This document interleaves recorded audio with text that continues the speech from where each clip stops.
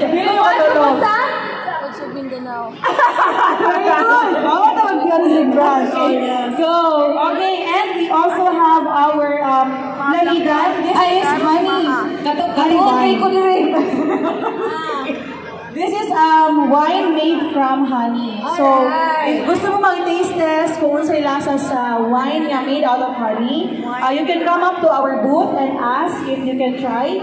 This is only 380 pesos per bottle. Okay. Mamana, discounted. I get beat on. And of course, for the usual, we have our tablea, unsweetened tablea. Ito is 100% pure cacao. We also have native cafe. We also have corn coffee. We also have paragis. So, nag-trending siya sa TikTok because of its health benefits. So, one of our associations in Santa Maria, come up sila with products na paragis. Hindi ko nila ikot sa bags. So, ano siya, more similar packaging sa mga malunggay na ani. Now, you can conveniently put into your hot water. Black rice, how much? Black rice. All of that. Oh, may mga na po sila. Black rice. Paragis, kinagkakit-kakit, magandana. Kanya ang ending, kumilingan. Kung ano dito sila kasi nga ako. Ayun, sa ano yan? Ang ikot. Ang sagpot. Yes, so na siya dali out. Gabi. If you want to check out, Patikin ninyo. And we also have tamarind sticks and tamarind na sampalok. So, giniyo mo sa lasa sa sampalok na lanay-lanay siya na asudiri. We also have gourmet tuyot. So, ano siya na shala. And of course, ginisang alamang. So, for the ginisang alamang, we also have free taste sa ginisang alamang. Conveniently na ang mangga. Kahit ka na. Para-i-pair sa inyong ginisang alamang. Ready kaayo. Actually, naadiri yung makita na ko ang sampalo o ang alamang para sa mangga. Asa made siya, sir? And we also have pure honey. We have adobo honey. Ano to siya? With lots of garlic. Right. With lots of garlic, we also have pilanggit. This is dried marinated tilapia. Similar to bulad. Na pwede ninyo i-prito for breakfast, lunch, or dinner. So, nanging ako ang tilanggit. First time ko, kadugo ko tilanggit. Ano yung ano, tilapia? Tilapia siya, Magidanggit. Hindi lang kayo kay danggit.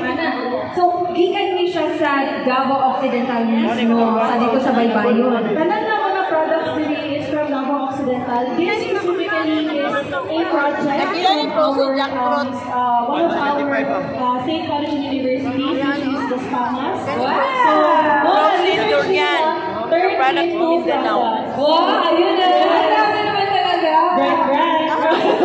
And, okay, of course, we have our Munting Pinoy. And our Nabubudaws Katutubo Kids.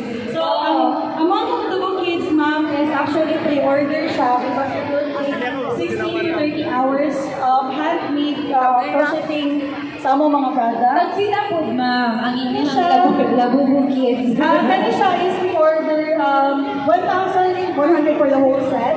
Okay. And then this one, Munting Pinoy, bigger, is nasa mga 1,200. Alright. Labubu. Kaya pa? Kaya pa, ma'am. Sige, ma'am. Okay. Yes, and we have our banig products. So, sa Davao Occidental, ma'am, namin ang associations na ron na nag-focus sila sa pag-cultivate sa mga banig products. So, this is from Santa Maria Women's Association. And then this bigger one is from the island of Sarangani. Ayun. So sa mga bisita na ito, karoon din niya sa Visa Mall, nagpangita og ka ng mga souvenirs na naguna-una sila mo ito pagkakupublisyon. So to everyone who is here right now, pwede na, you can take advantage of the banig in front of us from Davao Occidental. So how much is the banig? This one, ma'am, kanino kayo. Okay. 1,700 pesos. But for the placemats, kanang placement sizes lang, narong siya from 100 to 250 pesos. So, kami ang pabutang siya sa inyo. And we also have our nito bag, our nito plates. So, nakaset na siya. So, pwede mo mag-delivery and check out kung pila ang percent vinegar? we also have sugar Banana vinegar. plain na earrings.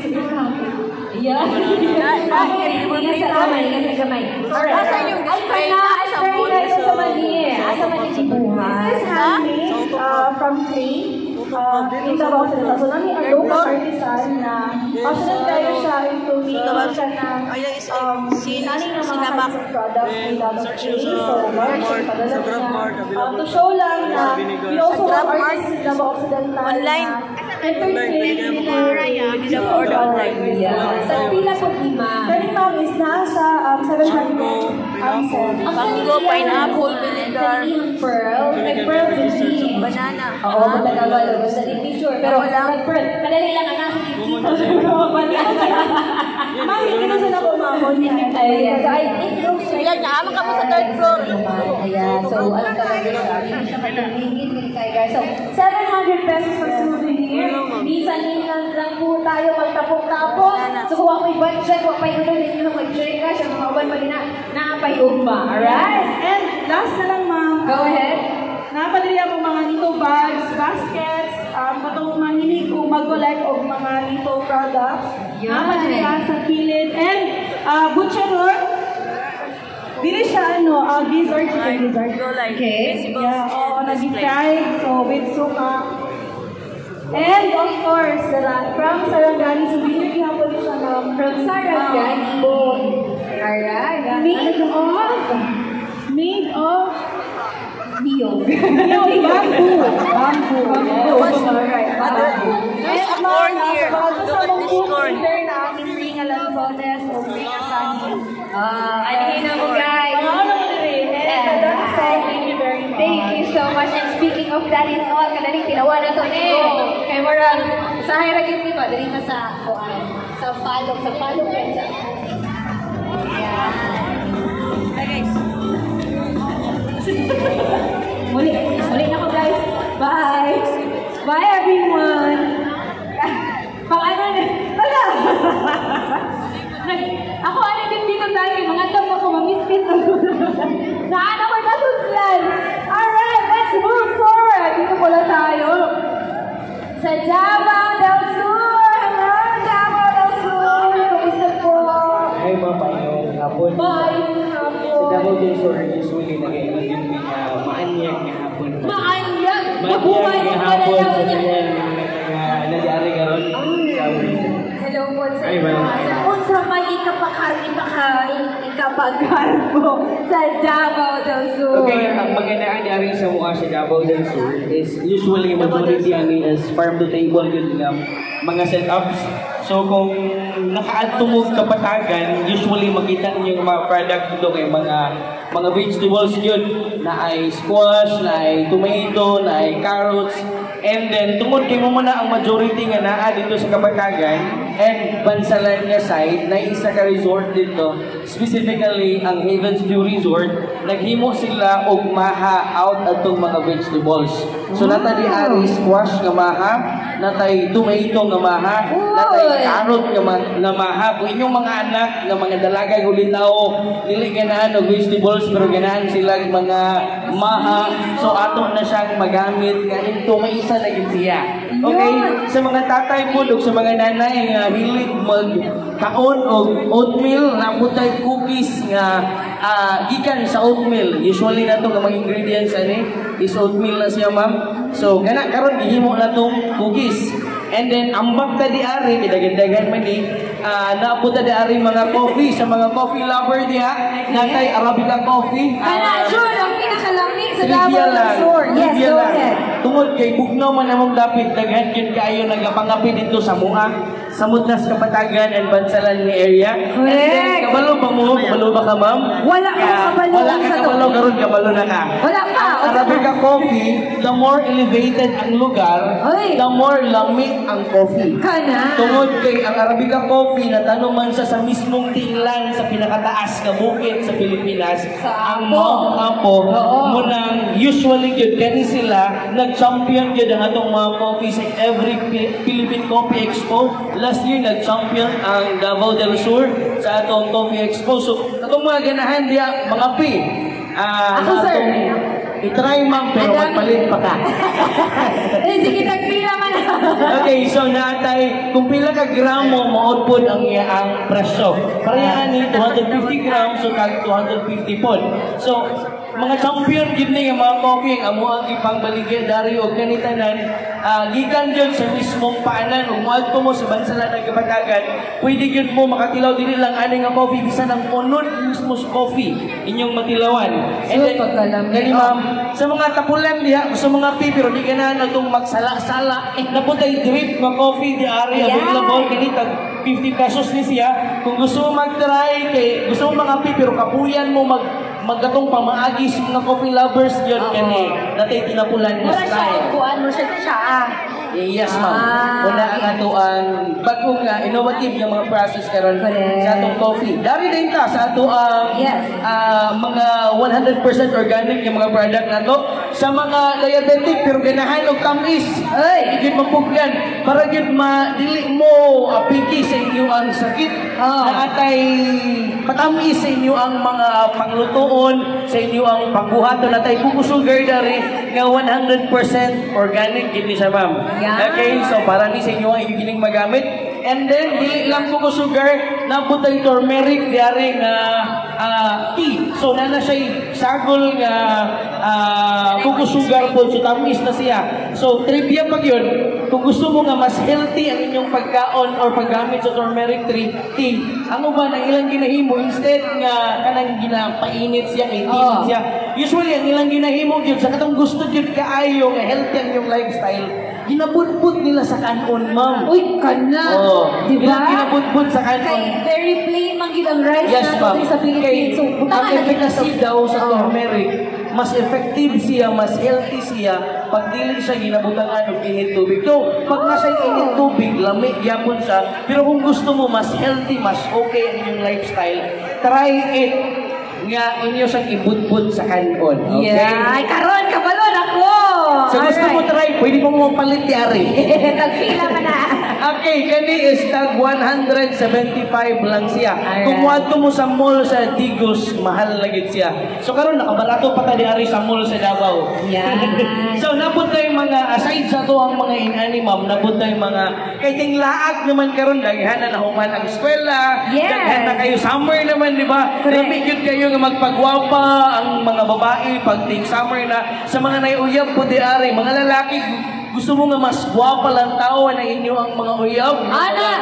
Asawa well maglaag na po may mga bags dari nga para yun sa mga ang gwapa mas mo gwapa pag Diyan sa mo mawalaan, effort yun ang imong partner kung palitan kag bag. Yes. Tagpila man na imong bag. Yes, ma'am. Tag 250 pesos lang yun. Yeah, made in Davao del Sur. Made in Davao del Sur, ma'am. Yun o. Yes, po. So, aside sa ana, dili lang kani nga mga product, i-try pud ninyo among daghan kayo nga laaganan sa Davao del Sur. Daghan gyud kayo sa ganahan ug adventure diha, try Davao del Sur. Dili lang ka adventure nga lugar, even sa mong culinary products, ma'am. Nami ipakita sa inyo nga there is adventure even in culinary. So, try Davao del Sur. Yan, maraming salamat. Thank you din po, ma'am. Davao del Sur. Ayan ha, thank you so much. Daghan kahit ang mga na-learn. When it comes, syempre, Davao del Sur is really famous for their coffee. So kung gusto ikaw na kung gusto ninyo ang kape, sa mga curious din hawa kabalo kung asa paliton ang coffee from Mount Apo available yun din niya sa booth sa Davao del Sur. Tara, hoy na! Thank you so much! And let's move on to the next show. Dito na po tayo sa mag-showcase po ng ating titikman na naman na napakasarap din sa ato ang pag-celebrate sa ika-5 buwan ng kalutong Pilipino sa ating pagkain Pilipino from the Bagobo Lata. Of course, we have Dato Marvin C. Domingo, our tribal chieftain of Bagobo Lata champion first Culinary Cup Kalayawan Festival, Lulu Manok.